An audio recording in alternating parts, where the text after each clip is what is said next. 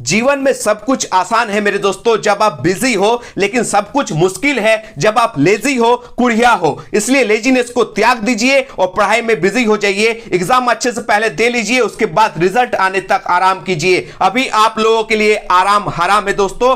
नमस्ते दोस्तों, जोहार। मैं निमेश सर आप सभी का अभिषेक चक्रवर्ती यूट्यूब चैनल में हार्दिक स्वागत करता हूं। क्लास 11th के स्टूडेंट्स के डिमांड को देखते हुए 17 अप्रैल को होने वाले इंग्लिश कोर के एग्जाम के लिए राइटिंग सेक्शन से top 15 exam related important MCQ type questions लेकर आया हूं, जिसे देखने के बाद आपका कॉन्फिडेंस लेवल एकदम हाई हो जाएगा दोस्तों। तो देर किस बात की, जल्द से इस वीडियो को लाइक करें और सारे दोस्तों भी शेयर कर दें। तो चलिए दोस्तों, आज ये जो टॉपिक आप लोग देख रहे हैं लेटर राइटिंग, यानी लेटर राइटिंग से जितने भी इंपॉर्टेंट एमसीक्यू टाइप क्वेश्चंस है आपको इस वीडियो के माध्यम से प्रोवाइड किया जा रहा है। ठीक है, इससे पहले दोस्तों मैंने करवाया था क्या, इससे पहले जो टॉपिक था दोस्तों वो था note making and summary writing. Just थोड़ी देर पहले ही वीडियोस अपलोड किया गया है, देख लीजिएगा। ठीक है, आज जो ये टॉपिक है दोस्तों ये लेटर राइटिंग पे है। इससे रिलेटेड सारे इंपॉर्टेंट क्वेश्चंस एग्जाम में जो जैक के फेवरेट क्वेश्चंस है उनको शामिल किया गया है। ठीक है, इसको देखने के बाद आपके एक भी क्वेश्चंस नहीं छूटने वाले लेटर राइटिंग पोर्शन से। ठीक है, तो चलिए आज का पहला क्वेश्चन आप लोग देख सकते हैं। लेटर्स रिटन टू रिलेटिव्स और friends are dash.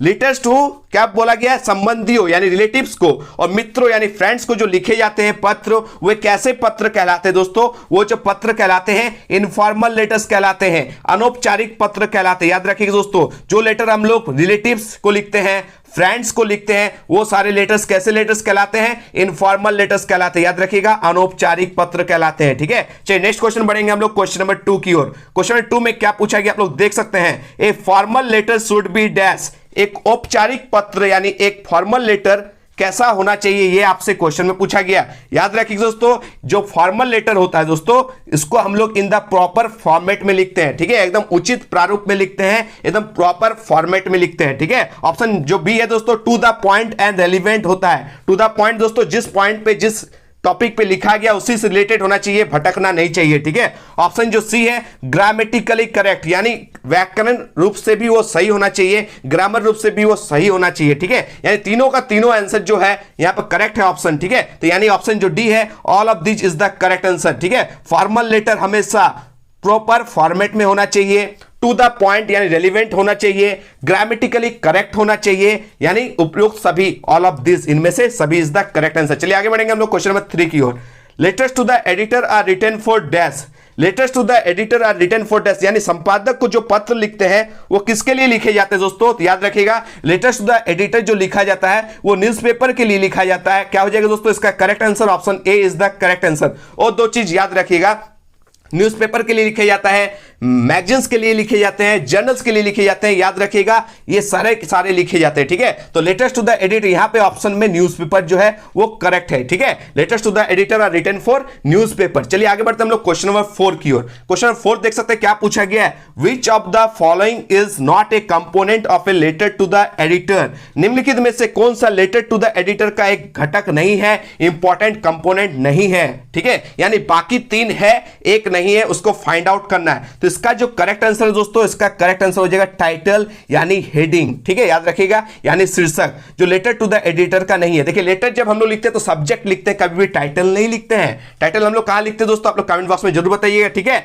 Letters to the editor का एक कंपोनेंट नहीं है, वो टाइटल है। बाकी सैल्यूटेशन, सैल्यूटेशन किसे कहते हैं दोस्तों? अभिवादन। जैसे हम लोग सर या मैडम का इस्तेमाल करते हैं ना, वो हम लोग लेटर्स टू द एडिटर में लिखते हैं। डेट का इस्तेमाल हम लोग लेटर में करते ही करते हैं, और लास्ट में सिग्नेचर यानी साइन का भी इस्तेमाल हम लोग करते हैं। दैट मींस ये तीनों सही है।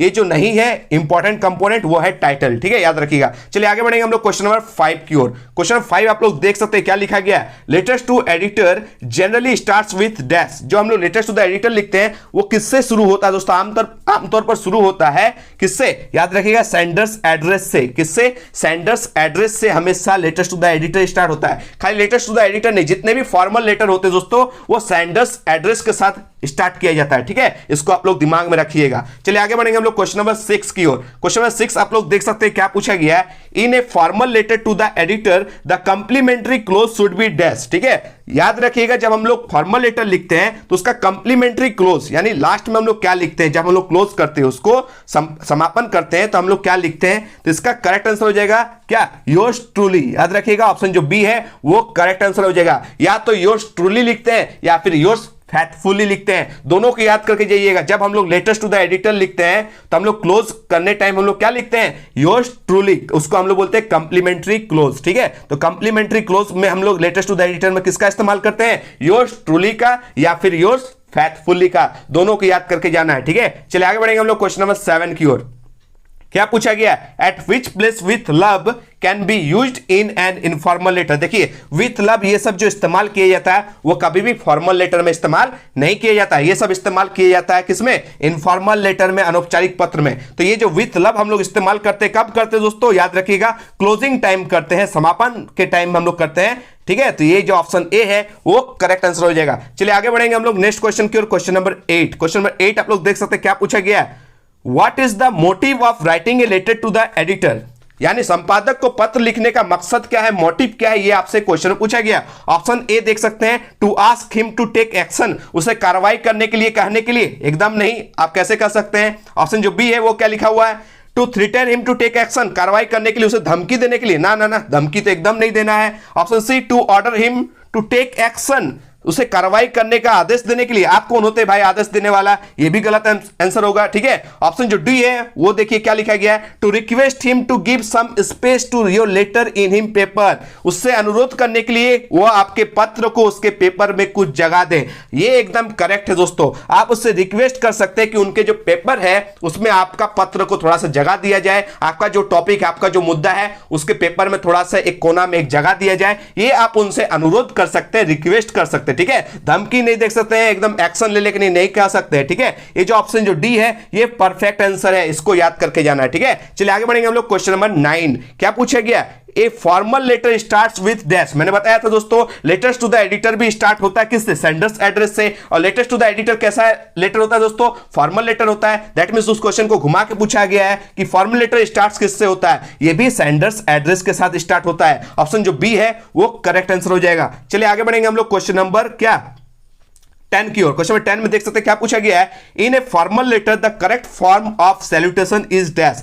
जब हम लोग औपचारिक पत्र लिखते हैं दोस्तों तो सैल्यूटेशन के रूप में हम लोग इस्तेमाल क्या करते हैं, सैल्यूटेशन अभी जस्ट समझाए दोस्तों। अभिवादन के लिए हम लोग किस चीज का इस्तेमाल करते हैं, तो अभिवादन के लिए हम लोग इस्तेमाल करते हैं सर ऑब्लिक मैडम का। सर और मैडम के साथ कुछ ऐड मत कीजिएगा, डियर वियर कुछ नहीं। ठीक है, क्या सिंपल में आप लिख दीजिएगा, सर है तो अगर सर है तो सर, मैडम है तो मैडम। ठीक है, ये जो है वो परफेक्ट आंसर है, सर ऑब्लिक मैडम। ठीक है, चलिए आगे बढ़ेंगे हम लोग क्वेश्चन नंबर 11 की ओर। क्वेश्चन नंबर 11 में क्या पूछा गया देख सकते हैं, Which of this is the right format of writing date in the letters to the editor।